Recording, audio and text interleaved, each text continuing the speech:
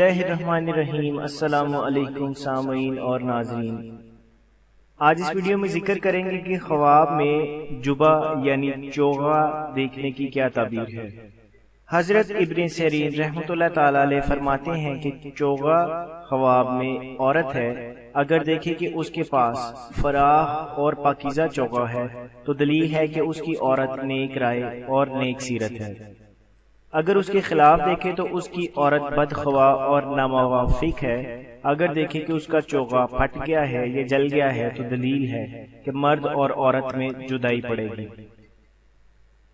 حضرت جابر مغربی رحمۃ اللہ تعالی علیہ فرماتے ہیں کہ اگر کوئی خواب میں دیکھے کہ اس کے پاس چوغا ہے یا کسی نے اس کو دیا ہے اور اس کا رنگ سبز ہے تو دلیل ہے کہ پاک دین عورت کرے گا، اور اگر دیکھے کہ اس کے پاس سفید اور نیا چوغا ہے دلیل ہے کہ پارسا اور با امانت عورت کرے گا۔ اگر زرد دیکھے تو بیمار، اور اگر نیلا دیکھے تو فکر مند اور غمناک عورت کرے گا۔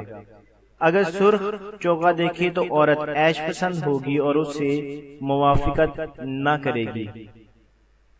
حضرت امام جعفر صادق علیہ السلام فرماتے ہیں کہ خواب میں سردی کے موسم میں اپنے جسم پر چوغا دیکھنا نیک ہے اور 4 وجوہات پر ہے۔ اول، عورت، دوم، قوت، سوم، شادی، چہارم، منفعت۔ جزاک اللہ۔